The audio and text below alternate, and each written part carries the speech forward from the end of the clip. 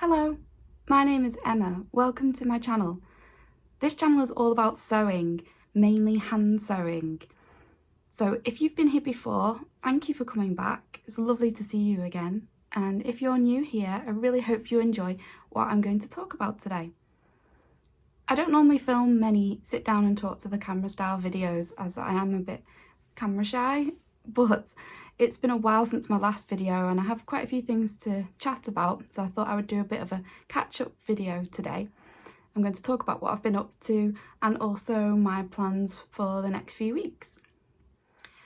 But before we get into all of that, I really want to say I hope that wherever you are in the world that you're doing okay through these difficult times. I feel like this year has been really hard. I know last year was extremely difficult, but for me, I feel like this year hasn't really gone to plan. Everything I've wanted to do, there's been things that have gotten in the way. Luckily, we're all safe and well here, and I really hope that you are safe and well where you are. I know that there are restrictions coming in different parts of the world, so just want to say that if you're living in a place where there are restrictions and where you can't see loved ones, I'm thinking of you, and I really hope that that passes quickly. So here in the UK, things are opening up and life is trying to get back to normal. Things have been open for a long time, it's just that I haven't really been doing very much. I've been mainly working at home, just collecting my son from school and that sort of thing. And it's been quiet. It's been really quiet being here on my own. It's been a bit of a change being used to having us all here at home. And if I'm honest, I haven't really adjusted to it properly yet.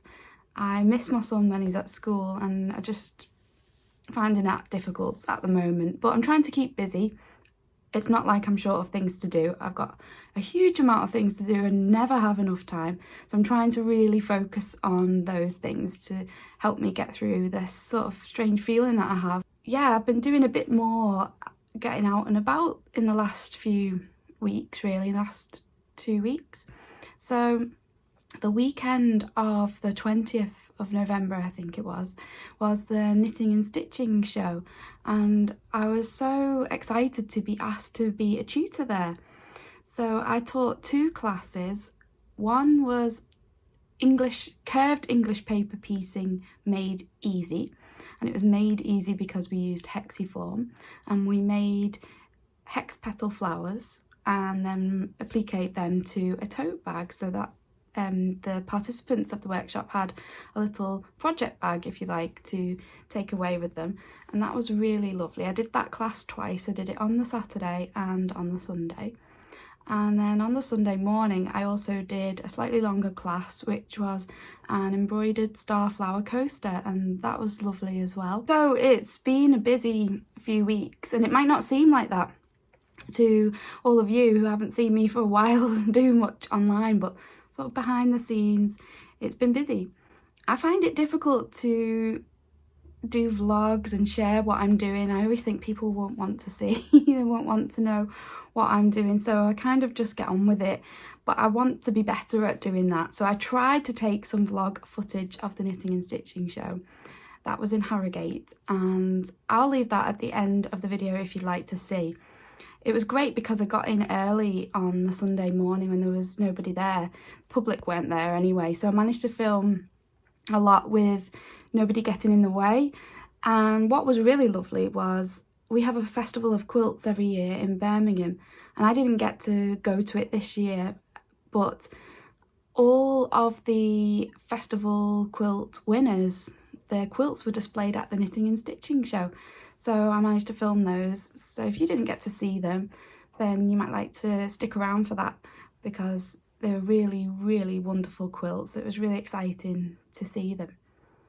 So the knitting and stitching show was really enjoyable, and I just want to say, if you came to any of my workshops, thank you so much. It was such an honour to be able to teach there, and a real privilege that people would choose my class to go to, and I'm really grateful. It was lovely to meet so many lovely people and share a bit of the joy of sewing in person. It was really great. it was a big thing for me to go there. It's about 2 hours away from where I live, and to be honest, I haven't hardly done any driving of long distances in the last 2 years, maybe even a bit longer than that. And so going all of that way was a really big step for me. And I had my sister with me for the first day, but then after that, doing it on my own it felt like a really big deal. So yeah, it's just being out of practice of doing things. So hopefully next year, hopefully I'll do maybe some more classes, but there's definitely going to be more online classes coming up. So as well as all of the preparation for the knitting and stitching show and doing all of that, I've been working on a commission piece, like I mentioned before, and I've also been working on a piece that was part of a book tour, so I'll show you that. So this little pot is a crewel work pot. It's a modern crewel work, that's how all the stitches have been done.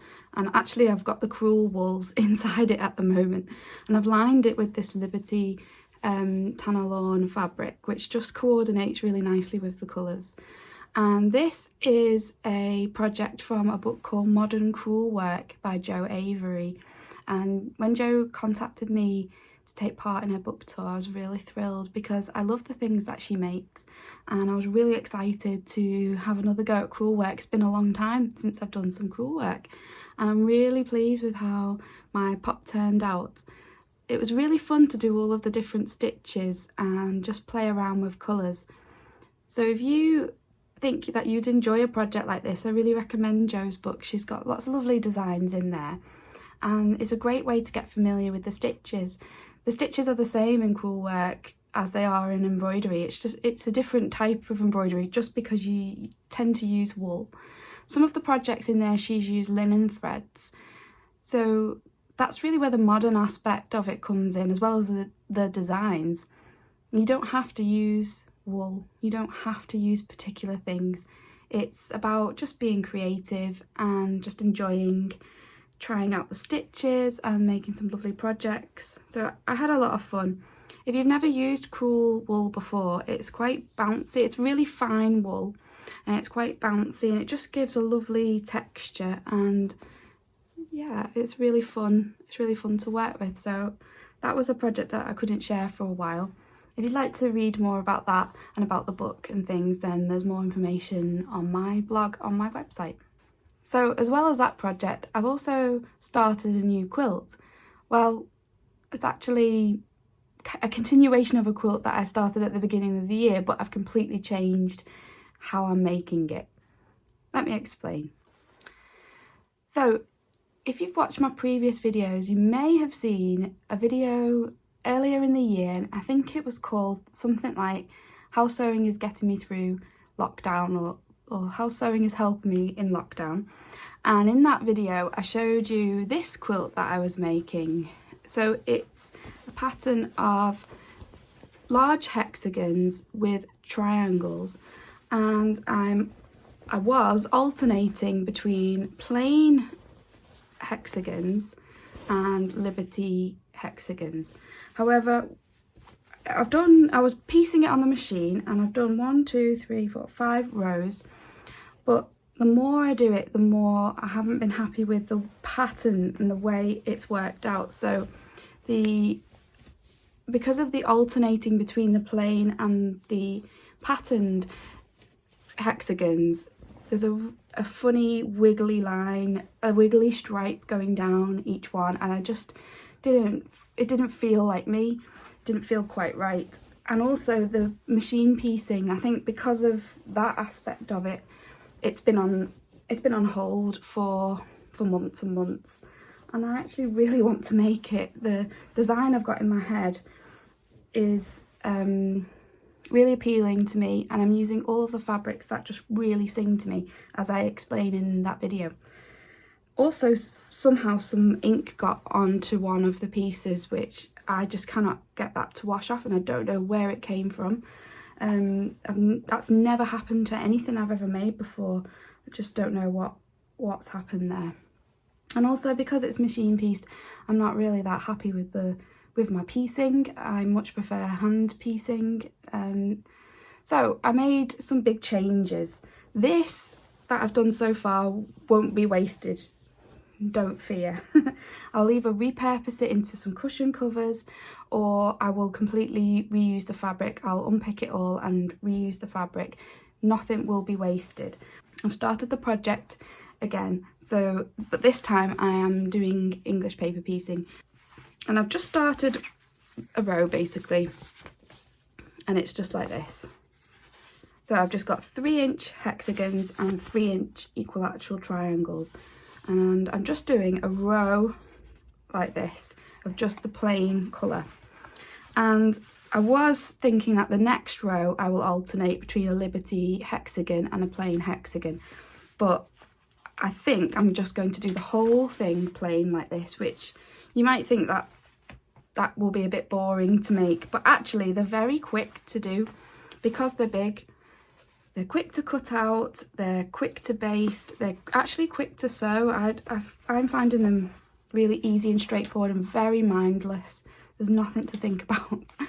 And don't worry, it isn't going to be just a plain quilt like this. My plan, even for the other quilt, was on the plain hexagons to add some hexagon flowers like this. This one's had papers in and it's got a bit creased, but they're going to fit on the plain hexagons.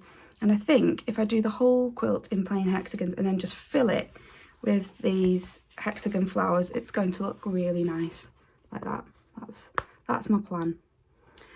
So that is my quilt in the works, and I'm hoping to be a little bit further ahead with that next year, next time I show you. I'm also working on my grandmother's rose garden quilt, and I have all of the blocks and things in here.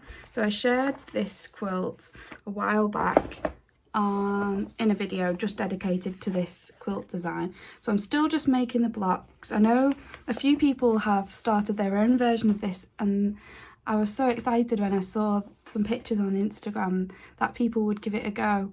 It's just so lovely. So I'm just doing my blocks like this at the moment. Still got quite a lot to do, and then in the springtime I will hopefully have all of those done, and I'll be ready to show how I'm going to join them together. There's lots of small pieces in this quilt, but I'm making this to be a small lap size quilt, so I'm hoping it's not going to take too long and that I will actually get this one finished. But I really love how they're turning out, and it's a really nice project. One thing that really helps me with these quilt projects, these bigger projects, is having everything already prepared. So I found these boxes to be really good. I have different size boxes for quilt projects. This is a bigger one that I got from Hobbycraft, and you can see I've got one of my blocks already in the works there, and I have almost all of the pieces prepared inside, ready to go, already basted. I just need to do some of the half hexagons, so I need to spend a bit of time working on those so I can make more flower centres, because I have put together all of the ones that I already had. But it's really nice to have everything already prepared, because when you feel like sewing you can just pick some pieces up and just get going. So I think it's worth spending a few evenings getting as much of the basting done as you can. Often people worry about the sew line glue, which is what I use for basting. I don't thread baste, and they worry, well, is it going to hold? But I've actually got quilt projects in the works that are almost 3 years old, and they still have the papers in. The glue holds it no problem. And the other question that I get about sew line glue is, can you remove the papers? Now, you know, if you've watched these videos before, I often use hexiform. I tend to use that for the small projects, and that gets left in. So glue is ideal for that. But for these bigger quilt projects, I use papers. And yes, the papers come out really, really easily.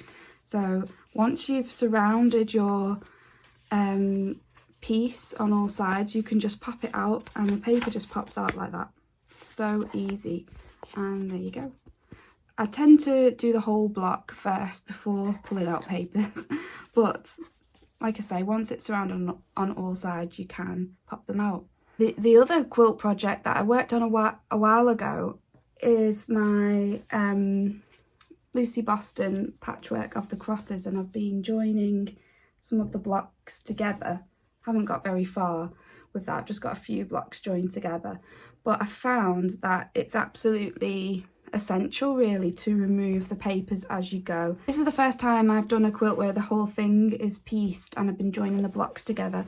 My other EPP quilt that's still in the works is an applique one, so that the pieces, you remove them and then you applique them to backing strips. But this quilt, the whole thing is pieced, as is my grandmother's rose garden, and I don't know what to call this one, hexagon flower something. I don't know, but this is the one where I've done the most of this one at the moment, and I found that it's absolutely essential to remove the papers as you go, because you can manipulate it and get things to line up a little bit. Obviously you have to leave them in around the edge and where you're going to join next, but the ones in the middle, they can come out. There's one popping out there. And yeah, I know some people leave their papers in right until the end, until the whole thing is joined. For me personally, I just think, always thought I would do that, but I've learned just by putting this little bit together that and I find it easier to handle when the papers have been taken out. So that's really enjoyable. I have lots of blocks for that done. I just need to join them together. And the joining of the blocks is a bit tricky. It does take quite a lot of effort and a bit of stress on the hands. So, and getting the angles to line up and things like that. It's not quite as relaxing as just sewing a hexagon flower or something small together. But the feeling you get when the blocks come together and you see your quilt growing, it's absolutely worth any difficulty there is in sort of handling it and putting it together. So that's really exciting. So let me know in the comments what you've been working on, what you've been up to. Are you making any Christmas things? I've made one Christmas cushion cover for my little boy, and I also bought a kit to make some little Christmas elf decorations. I'll show you that now. So I bought a kit to make these little felt Christmas decorations. I'm going to start with the little elves and hope that I can get those done by Christmas. So this is a pattern by Crafts, and I'll leave a link to that below. So you can buy the PDF pattern from her Etsy shop. I think her name is Larissa. I'm so sorry if I got that wrong, but her company is Crafts, and she makes the most amazing felt decoration designs and patterns. They're so detailed. They are absolutely stunning. I even love, it's hard to show on the camera actually, but even on this little envelope it says Santa Claus North Pole on it, and there's lots of embroidery and beading and sequin detail on them. And you get so she sells the PDF patterns, and then a lovely shop in the UK called Craft actually sells the kit, which I thought was so great because you need a lot of little things to make these. You need wooden beads and pipe cleaners and little sticks and things like that, and also felt, which is the main ingredient in the kit. So Craft sells this wonderful kit where you get everything. So there's the pipe cleaners, the little wooden balls, there's tiny ones and bigger ones for the head, the sequins and the beads, the beautiful embroidery cottons that you need, and then all of the felt. So here's all the colours that you need to make. That should be enough to make the elves. So I'm super excited to make those. Hopefully I can make at least one. You have to pre-shrink the felt first because it is wool felt, because the technique that's used to make the characters, you use this sticky fabric solvy adhesive interfacing type thing. So you put the pattern onto that, you can print it by using your home printer, print the pattern onto it, stick it to the felt, and then you can cut it out and you can embroider it, and then that washes away when you submerge it in water. So it's a really great way of getting a pattern to transfer onto felt. That's one of the difficult things about felt, isn't it, is that you can't trace a pattern through it. So this stuff called, I think it's called Fabri Solvi or something like that, it's really great. So of course, because you submerge it in water at the end to remove the sticky Fabri Solvi stuff, because of that your felt would shrink, so you need to pre-shrink it. So I've done one piece as a test, and I can definitely say these two were the same size. So I definitely recommend pre-shrinking felt if you are going to put it into water. If you're going to use that technique, it's definitely worth doing that first. So I need to pre-shrink the rest of my pieces and then hopefully get started on those. But the pattern is excellent. It's so detailed, and like I said, the characters are so cute. So I really, even though I haven't made it yet, I really recommend it. Had a read through of the pattern. Very detailed, very comprehensive, but I think it will be easy to follow. So I'll keep you posted. My idea with the Christmas decorations is that every year I'll make my son a handmade Christmas tree decoration. And so when he does grow up and have a tree of his own in his own house one day, that he will already have a set of tree ornaments to put on it, and they will all be handmade by me.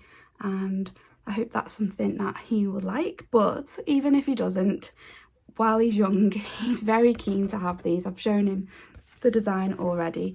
He likes to see what I'm making and things, and yeah, so that's it for upcoming plans, really. I want to make those. I want to work on my big quilt projects, and I am working on my own patterns as well. I have so many ideas for my own patterns, and for some reason I've just lost my confidence this year, and it's difficult putting yourself out there, and I've sort of held on to those ideas and been just a bit nervous about putting my ideas out there, but hopefully that will pass. So thank you for watching this. The next thing that's coming up is the vlog about the Knitting and Stitching show in Harrogate. So I hope you like having a look around and seeing what it was like. It was a great show, so many lovely stalls and really interesting things to see. I didn't manage to film everything at all. It was really big and there was lots to see. Filmed the quilts, but there were lots of embroidery pieces and artworks on display as well by artists, as well as things by groups. So it's, if you can go to a Knitting and Stitching show, they have them in Alexandra Palace, they have them in London in Alexandra Palace, and they also have it in Harrogate in the exhibition centre, and they have them every year in the autumn time. So I do really recommend it. Perhaps the name Knitting and Stitching may put off quilters and patchworkers, because you might think it's mainly for knitting and stitching, but there were cross-stitch stalls and embroidery and punch needle, and there were some knitting stalls, but there were lots of fabric stalls and stalls selling all the tools and notions for quilting and patchwork. So I really feel like it's a great show because it covers everything. And if you're like me and like a few different crafts, because I love crochet, I used to do a lot of knitting as well. I like embroidery, I like cross stitch, I like a bit of everything. So if you're like me and like a bit of everything, it's a great show to go to. And also every year there are some really great workshops. There were workshops by the Royal School of Needlework this year and other really great people teaching really interesting techniques. So if you want to try something new, it's a great place to go to as well. So that's enough talk from me. Hope you enjoy the vlog, and I hope to see you really soon. Thank you for coming. If you would like to support my channel, then you can give my video a thumbs up. That would be really appreciated, and I hope to see you soon. Take care. Bye bye.